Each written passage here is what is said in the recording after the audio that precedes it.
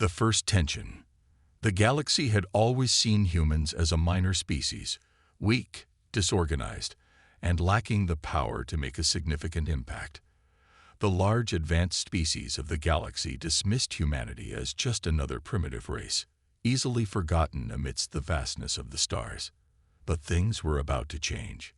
It began with the Zarnax. Known for their cruelty and conquest, the Zarnak Empire was feared across the galaxy. They had wiped out entire civilizations without a second thought.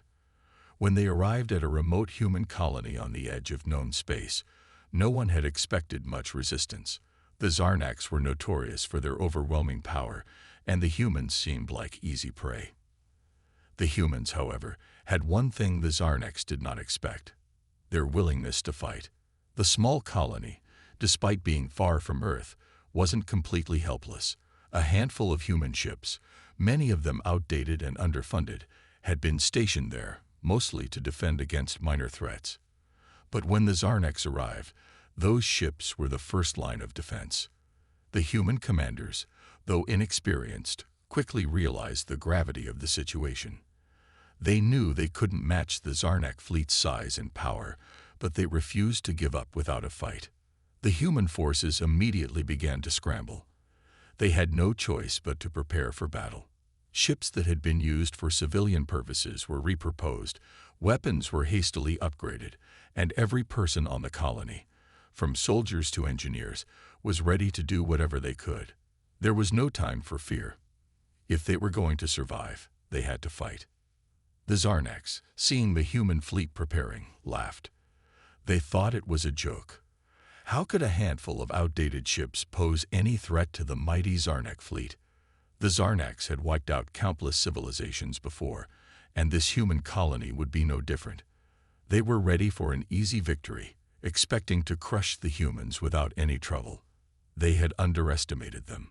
The battle began with the Zarnax charging toward the human fleet, confident in their superiority. But the humans did not fold. Instead of facing the Zarnax head-on, they used their knowledge of the terrain and the environment to their advantage. They fought in ways the Zarnax had never seen before, using guerrilla tactics, setting traps, and taking full advantage of the colony's terrain. The Zarnax were confused. They expected a traditional fight, but the humans refused to fight that way. As the battle raged on, it became clear that the Zarnax were not going to win easily. The humans' creativity and determination had caught them off guard. It wasn't just their weapons that were dangerous. It was their willingness to fight with every ounce of strength they had. Even when the humans faced destruction, they never surrendered. Instead, they found new ways to fight back. While the battle was far from won, the humans had made one thing clear: they would not be easily defeated. The Zarnax, who had once looked at humanity as insignificant, were beginning to question whether they had made a mistake. The battle wasn't just about victory anymore. It was about proving something far more important: that humans were not to be underestimated. The fighting continued for days. The human ships, though smaller and weaker, were resourceful. They found ways to disable Zarnak ships, damage their supply lines, and use the environment to their advantage. Every attack, no matter how small, made the Zarnax hesitate. For the first time in a long while, the mighty Zarnax were unsure of their victory. On the other hand, the humans, though faced with overwhelming odds, were gaining confidence. Every successful strike, every successful defense, fueled their belief that they could stand up to anyone. The Zarnax might have had the power, but the humans had something they had never considered before: the will to fight, no matter the cost. In the final moments of the battle, the human forces, exhausted but not defeated, managed to deal a blow that would forever change the Zarnax view of humanity. One of the Zarnak ships, a flagship, was critically damaged. It wasn't the humans' firepower that did it. It was their persistence. The Zarnax had underestimated their enemies, believing that humans were too weak to cause real damage. But the humans had proved them wrong. As the Zarnax retreated, their once confident leaders were left questioning their tactics and assumptions. The human colony, though damaged, had survived. And in the process, they had sent a message to the galaxy. Humanity was not to be underestimated. The tension was palpable. The galaxy had always seen humans as a small, insignificant species, but that view was starting to change. What had happened at the human colony wasn't just a battle. It was a wake-up call. The humans had shown the galaxy that they were capable of more than anyone had ever imagined. And the Zarnax, for the first time in their long history, had been forced to retreat from a fight they had expected to win easily. The battle was over, but the consequences would be felt for years to come. Humanity had shown the galaxy that they could fight back, that they were not to be dismissed as weak or insignificant. And the moment the Zarnax lost their confidence was only the beginning. The galaxy was about to learn a lesson they would never forget.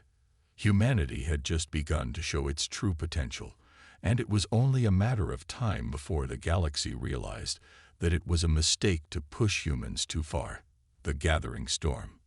The dust from the battle had barely settled before the consequences began to ripple through the galaxy. For many, the Zarnax retreat was seen as a mere blip, a minor incident that would soon be forgotten. The larger, more powerful species of the galaxy had been laughing at the humans for centuries, viewing their primitive ways and small-scale technology as nothing more than a curiosity. They had underestimated them for far too long. And now, something had changed. In the wake of the Zarnax failure, representatives from other galactic powers began to take notice. The humans had been written off as weak and incapable, but their surprising resilience had caught the attention of species across the galaxy. A whisper began to circulate. What if humanity wasn't just a small, insignificant race? What if they were far more than we realized? But the victory wasn't just about the humans' resourcefulness in battle. It was about something deeper, a willingness to fight for survival, no matter the cost. The humans had proven that they were not just capable of surviving in the galaxy. They were capable of fighting back when pushed too far. And this realization began to stir unease among the more powerful species. The galaxy had lived in a fragile peace for centuries, and that peace had always depended on a delicate balance of power. No species had been willing to challenge the status quo because the cost of war had always seemed too high. But now, the humans had shown that they were willing to defy the odds, to risk everything for their survival. That made them dangerous. Dangerous because they no longer accepted their position at the bottom of the galactic hierarchy. They had shown the galaxy that if pushed, they could fight back. Among the representatives of the galactic powers, fear began to grow. They had seen how the humans could surprise their enemies. The Zarnax had been the first to feel the sting. But the question was, who would be next?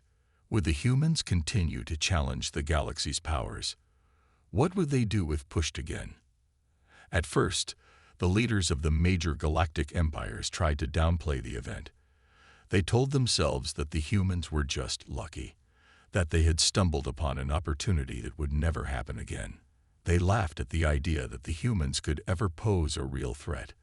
The Zarnax were nothing compared to the true powers of the galaxy. The humans may have won one battle, but that didn't mean they could take on the entire galaxy. But even as they spoke these words, doubt crept into their minds. What if the humans had more surprises in store? The idea of a species so unafraid to fight back was unsettling. And while some tried to dismiss the idea, others knew better. It was only a matter of time before humanity would be forced into another battle. And when that moment came, the galaxy needed to be ready. Back on Earth, the victory over the Zarnax was celebrated, but there were no celebrations for long. The leaders of humanity knew that this was just the beginning. The galaxy had seen their strength, and it was only a matter of time before they would be tested again. The human commanders who had led the defense of the colony began to communicate with the governments back on Earth, warning them that the battle was far from over. They had won the first round, but it was clear that the galaxy wouldn't forget the way humanity had fought back. Across Earth, military leaders, scientists, and strategists began to meet in secret. They knew that humanity had only just begun to show its true potential, but they also understood that the galaxy wouldn't give up easily. The next wave of conflict would be even more dangerous. The other species wouldn't just ignore humanity anymore. They would see them as a threat, and threats needed to be neutralized. Humanity's leaders began to make plans for the future, quietly preparing for the inevitable. The galaxy would come for them. But this time, humanity would be ready. No one knew what the future held, but one thing was clear. Humanity had crossed a line. There was no turning back now. Meanwhile, the rest of the galaxy was watching closely. The galaxy's leaders began to question the peace they had long enjoyed. Could the humans be the start of something bigger? A force that would disrupt the balance of power they had held for so long? Or were they just a flash in the pan? A species that got lucky once but would soon fall back into their old ways. The galaxy's powers were not unified in their response. Some species, like the Trilorians, saw the humans as an opportunity to expand their influence. They were small and unorganized, easy targets to control and manipulate. Others, like the Belerians, saw humanity as a wild card, a force that could throw everything into chaos. They began to wonder what would happen if the humans could rally other species to their side. In secret meetings, the galactic powers began to form alliances. Alliances that would either support humanity's growth or work to prevent it. As these new tensions mounted, the galaxy began to realize that the humans were no longer just a minor species. They were a potential threat, and they would need to be dealt with. For humanity, the future was uncertain. But one thing was certain: they would never again be dismissed as weak. The galaxy had learned the hard way that when humans are pushed too far, they will fight back. The battle with the Zarnax had been just the beginning, and the storm was just beginning to gather. The call for unity. The galaxy had never been so divided. The aftermath of humanity's surprising victory over the Zarnax had created cracks in the long-standing alliances between the great powers. Some viewed the humans as a growing threat, while others were beginning to see them as a possible ally. The reality was undeniable. Humanity had proven that it would fight tooth and nail when necessary. This was a shift that no one had expected. On Earth, leaders from every corner of the planet gathered for an emergency summit. The victory had not only bolstered the morale of their people, but had also placed them under an intense spotlight. While they celebrated the victory, they were also aware that the galaxy's powers would be paying close attention. The question wasn't whether they could defend themselves again. It was whether humanity could make its place in the galaxy before it was too late. The summit was held in the capital of the United Earth Alliance, a global government formed to unite humanity against external threats. As the leaders assembled in a large, secure facility, the gravity of their situation was clear. Earth was no longer just a minor player. They had drawn the attention of the universe. The representative from the Earth Defense Force, EDF, General Elias Carter, was the first to speak. His voice echoed through the large room as he addressed the council. The galaxy knows us now. The Zarnax retreat was not a coincidence. They underestimated us, but they will not make that mistake again. His words were met with nods of agreement, but there was an undercurrent of anxiety. The EDF had been trained for defense, but they had never imagined being in a position where they would need to go on the offensive. "We've proven we can stand up to invaders," General Carter continued, "but the next time it won't be just one species. We're not dealing with isolated threats anymore. The entire galaxy is watching us. We need to be ready, not just to defend, but to fight back if necessary." The room fell silent. The weight of Carter's words hung in the air. Humanity had taken a stand. But now, the question was whether they were prepared to defend their place in the stars. Would they rise to the challenge, or would they be crushed by the combined power of the galaxy's empires? A woman at the back of the room, Ambassador Rhea Youssef, stood up and cleared her throat. She was one of the few humans who had been involved in galactic diplomacy and had first-hand experience dealing with other species. Her voice was calm but firm. "We can't just wait for the next attack," she said. "We need to start building alliances. If we want to avoid being crushed, we must have allies. And I'm not talking about the Zarnax. They will be looking for retribution. The room buzzed with agreement. The EDF had the strength to defend Earth, but facing the combined power of multiple galactic species would be a different challenge altogether. If humanity was to survive, it would need to find allies in a galaxy full of enemies, or at least neutralize the threats before they had a chance to strike. In the coming weeks, the representatives of Earth began to prepare for diplomatic missions. Ambassador Yusef was tasked with leading the first wave of talks with the galaxy's more neutral species. The goal was simple: to secure humanity's future by gaining the trust of other races. The mission, however, would not be easy. The Zarnax had made enemies in the galaxy, and humanity was now closely associated with them. Ambassador Yusef and her team traveled to the planet of the Trilorians, one of the galaxy's most influential species. The Trilorians were known for their intelligence and were a major player in galactic politics. They had always been suspicious of humanity's potential, but after the victory over the Zarnax, they had become more open to the idea of cooperation. However, not everyone in the Trilorian government was on board. In the grand halls of the Trilorian capital, Yusef met with the ruling council.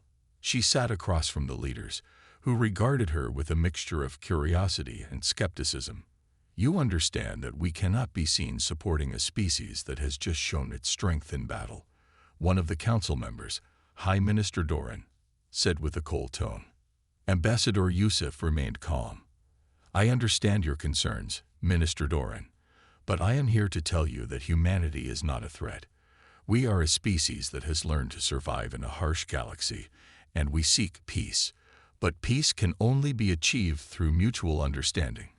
We cannot afford to stand alone." The meeting was tense, but by the end of the day, the Trilorians agreed to a temporary alliance.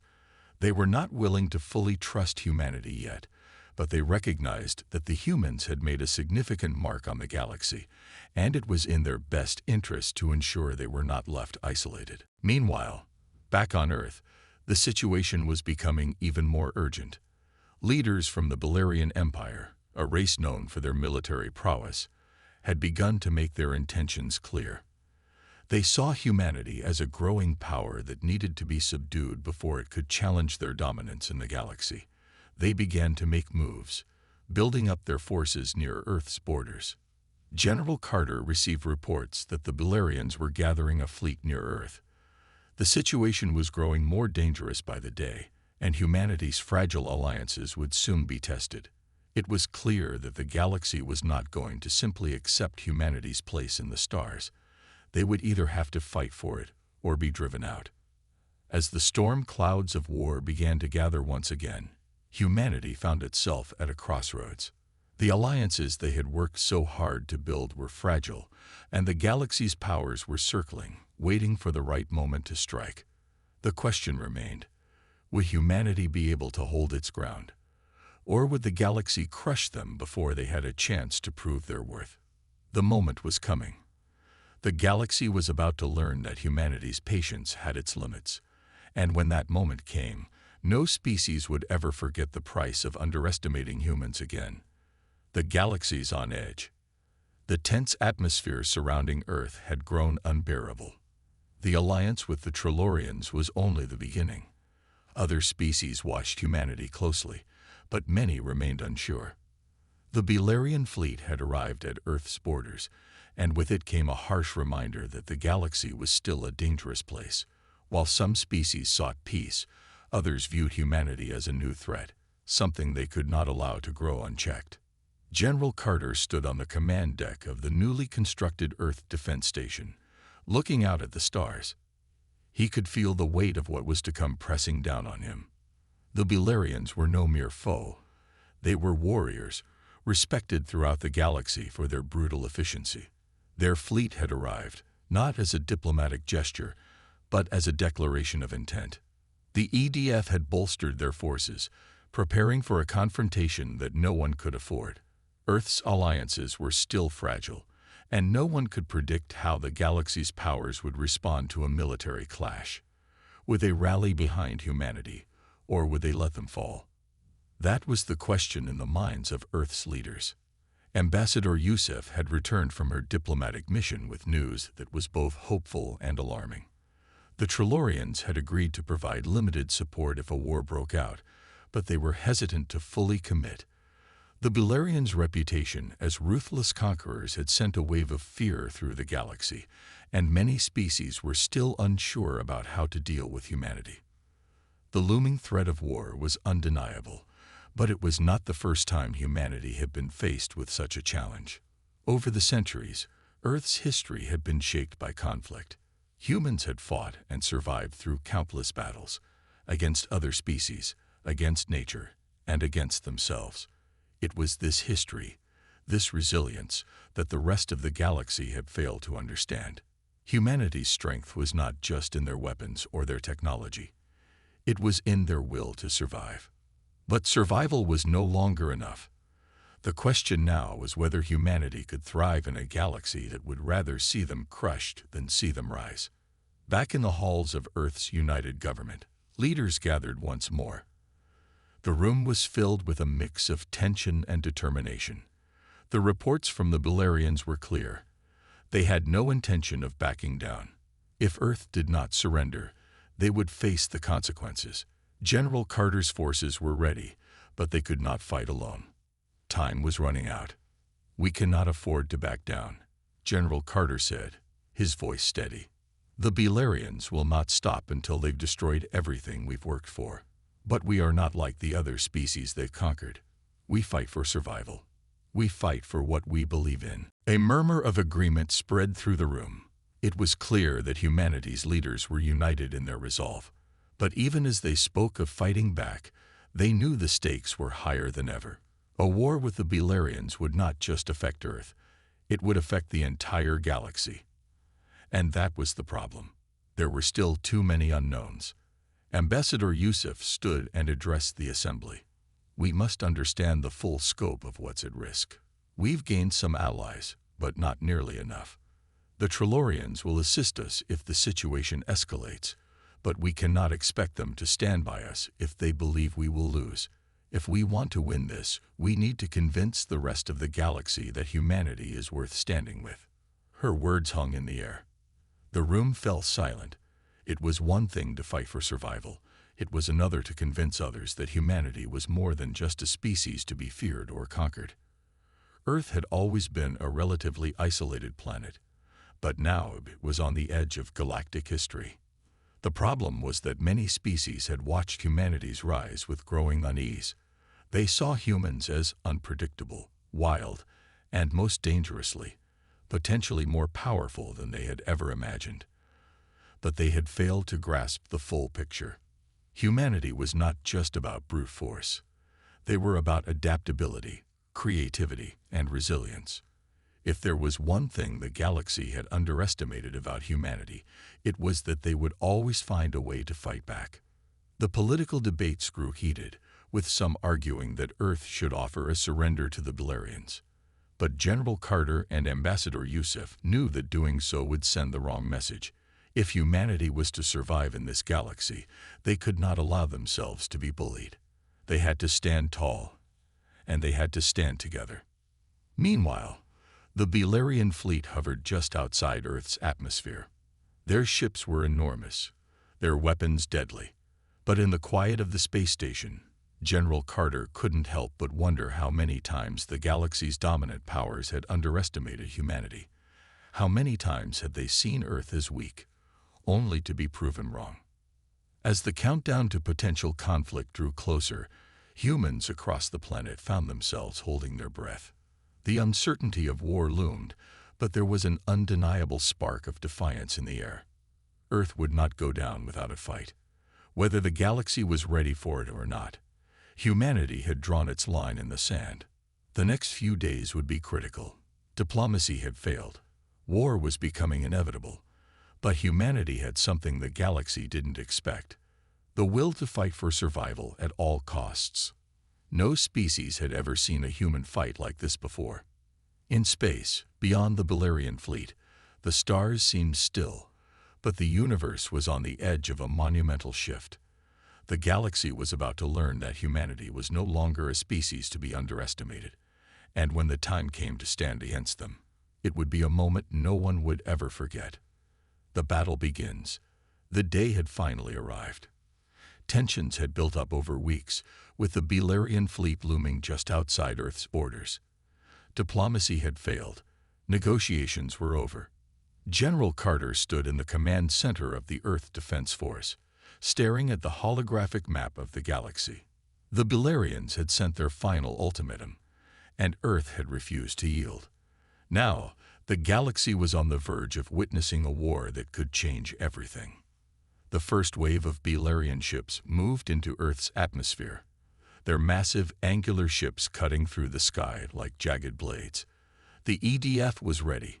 Every soldier, every pilot, every defense system had been put into position for this moment. The air was thick with anticipation, and on the surface of Earth, people held their breath. The fate of humanity rested on what happened next. General Carter looked over at his second-in-command, Commander Lynch, who was monitoring the fleet's movements. The Belerians had no intention of backing down, Carter said, his voice grim but determined. We need to give everything we've got. Hold nothing back. Lynch nodded, her expression resolute. She understood the stakes. Earth wasn't just fighting for survival.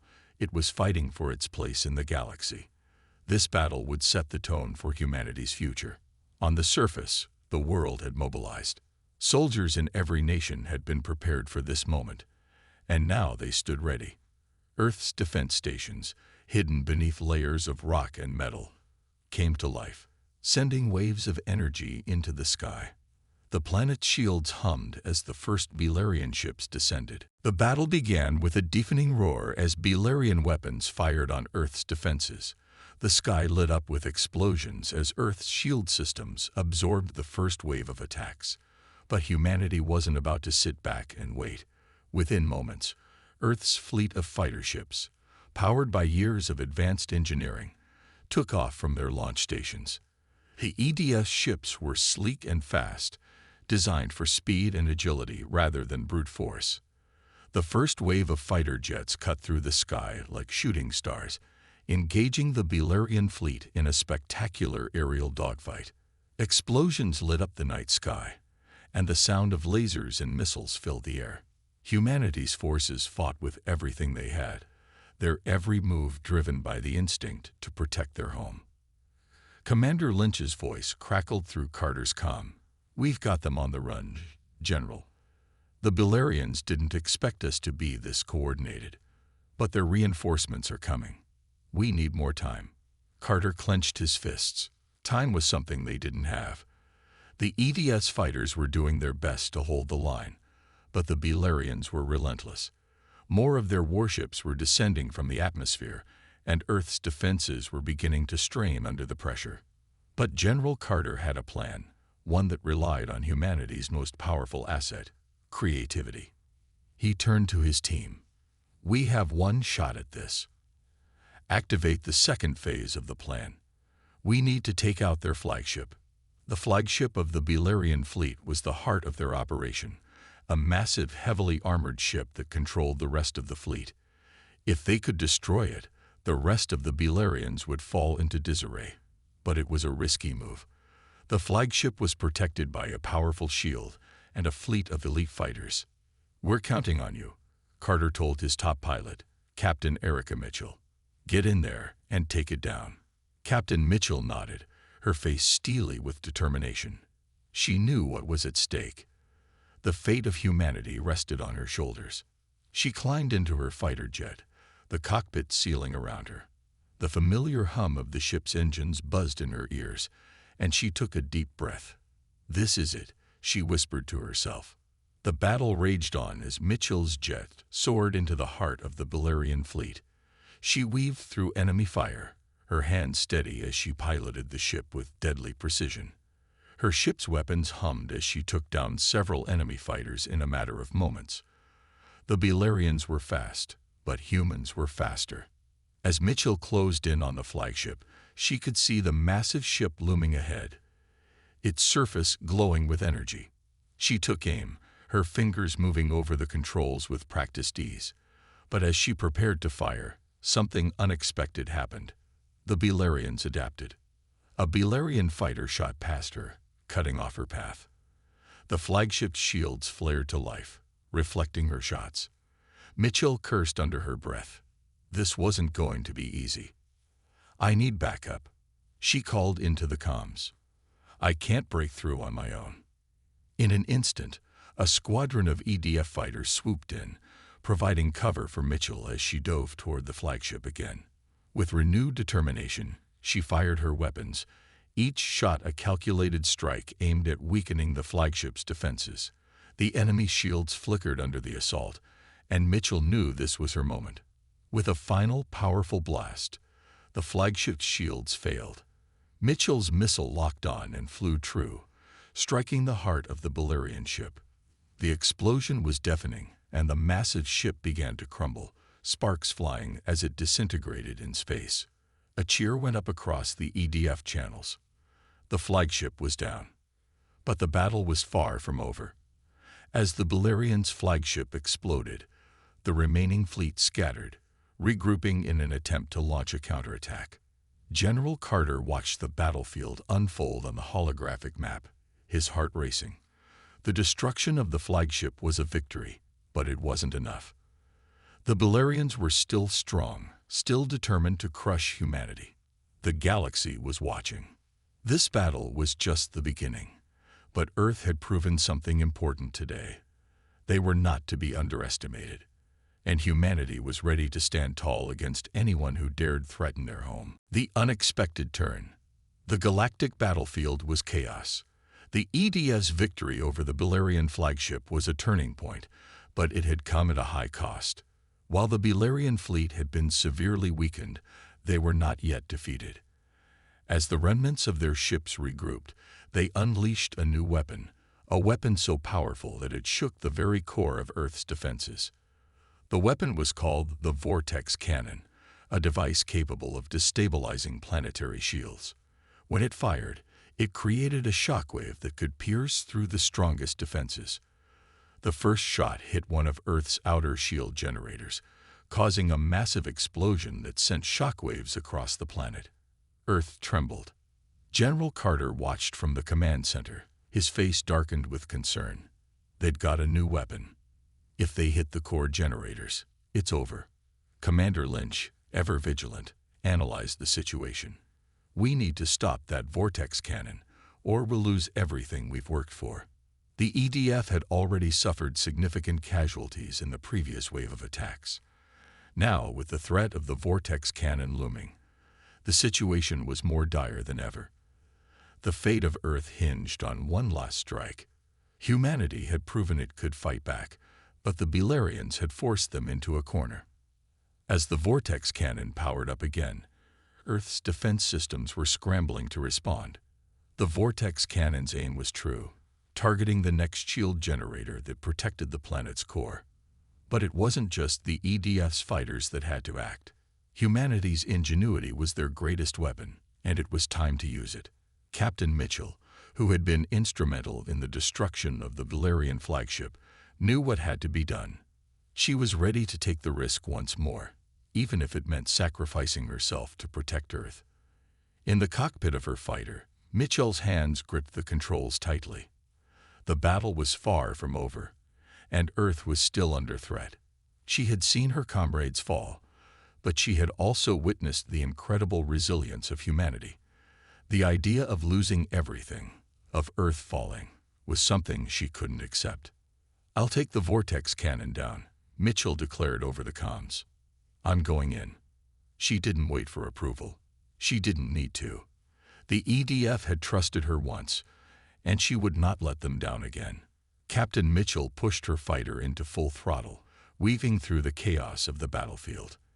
Enemy ships fired at her from all directions, but Mitchell was faster, sharper. She cut through them like a blade through soft flesh, her focus unyielding. The vortex cannon was nearly fully charged, its deadly energy humming in the air, ready to strike. Mitchell had one shot, just one. Her fighter raced toward the cannon, dodging incoming fire as she approached the massive structure. She could feel her heartbeat pounding in her ears. The pressure was immense, but her training had prepared her for this moment. The entire fate of Earth rested on her shoulders. As she neared the vortex cannon, Mitchell pulled up into a sharp climb. Her fighter streaked upward.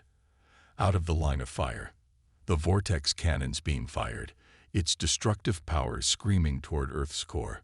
But Mitchell had anticipated it. She released her missile just as the beam fired, and the two forces collided. The explosion was cataclysmic. The vortex cannon's weapon was disabled, its structure collapsing under the force of the explosion. Mitchell's fighter was sent tumbling through space, its engine sputtering as the shockwave rippled outward. But somehow, against all odds, her ship held together. She had done it. However, she didn't have much time to savor the victory. "We've got a bigger problem." Commander Lynch's voice crackled through Mitchell's comms. "The Belerians are regrouping. They're bringing in reinforcements, and we don't have the firepower to hold them off much longer." Mitchell's heart sank. She had taken out the vortex cannon, but the Belerians were far from finished. The EDF had been pushed to the limit, and Earth's defenses were weakening with each passing moment.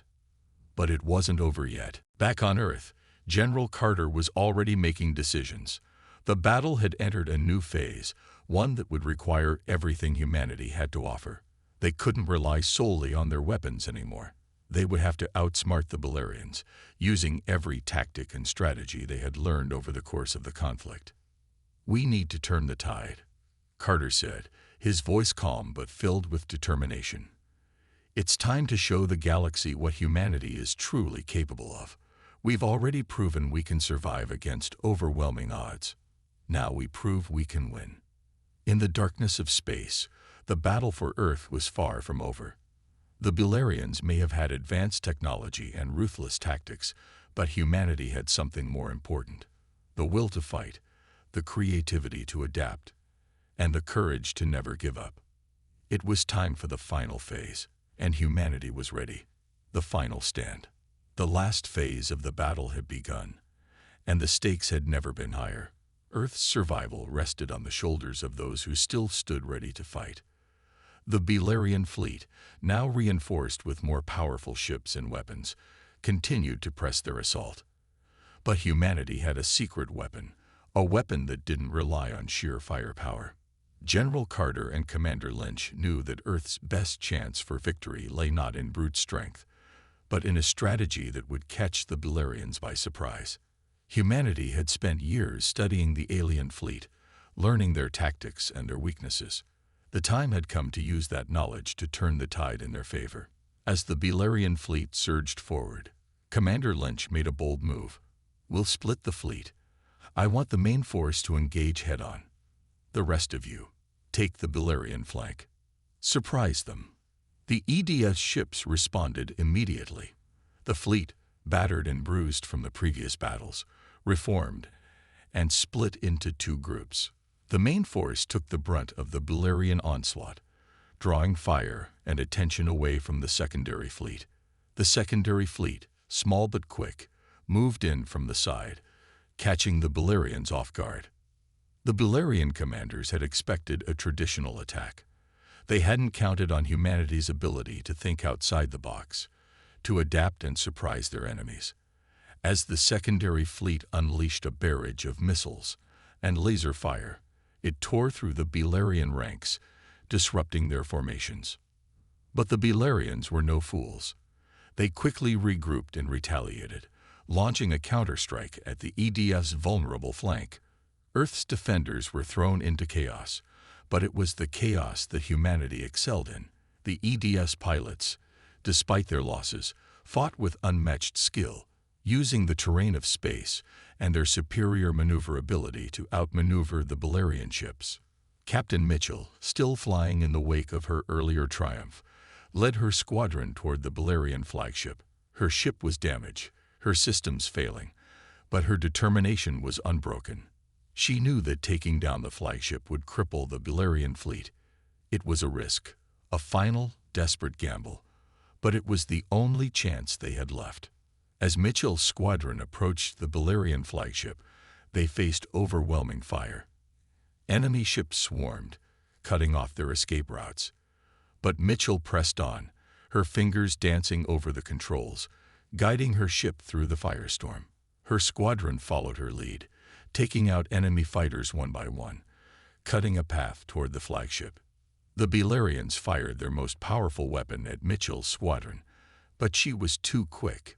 With a sharp turn, she dodged the deadly blast, sending her ship into a spiraling dive. The squadron followed suit, executing precise evasions, their formations a testament to human ingenuity. Mitchell's heart pounded in her chest. She could feel the weight of the moment pressing down on her. The Belerian flagship loomed ahead, its massive guns tracking her every move. But she had a plan. One last shot. "Ready the torpedoes," Mitchell ordered, her voice steady despite the chaos around her. Her ship's targeting system locked onto the flagship's weak spot. Mitchell's squadron fired in perfect unison. The torpedoes shot forward, cutting through space with deadly precision. The Belerian flagship attempted to shield itself, but it was too late. The torpedoes hit their target, exploding in a brilliant flash of light. For a moment, everything was silent. Then the Belerian flagship exploded, its remains scattering into space like shattered debris. The shockwave of the explosion reverberated across the battlefield, causing Belerian ships to lose coordination and break formation. "Flagship down," Mitchell's voice came through the comms, her words a beacon of hope. The Belerian fleet, now without their command ship, was thrown into disarray. Their attacks became disorganized, and the EDF took advantage of the chaos. With their fleet fractured and their command structure in ruins, the Belerians began to retreat. The battle was won. But as the remnants of the Belerian fleet limped away, General Carter knew this was just the beginning of the war. The Belerians might have been defeated in this moment, but the galaxy had seen humanity's strength, resilience, and ingenuity. They had pushed the Belerians to the edge of defeat, but there would be other threats, other challenges, and humanity would be ready. The surviving EDF ships returned to Earth, battered but victorious. As they entered the atmosphere, cheers erupted across the planet. The people of Earth had not only survived, they had triumphed. The war had changed everything. The galaxy had learned a powerful lesson that day: never underestimate humanity.